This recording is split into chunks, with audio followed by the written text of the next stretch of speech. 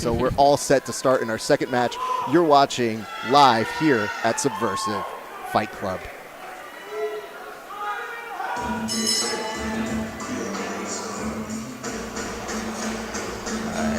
If you know anything about Millennia, folks, they are aggressive. They love to wrestle, so this is definitely in the wheelhouse of Andrew. The question here is, how is Devontae going to play? Millennia is definitely Fight Club vibes, and I don't mean that as an insult. I mean they're a perfect match for Subversiv Fight Club. They come to kill.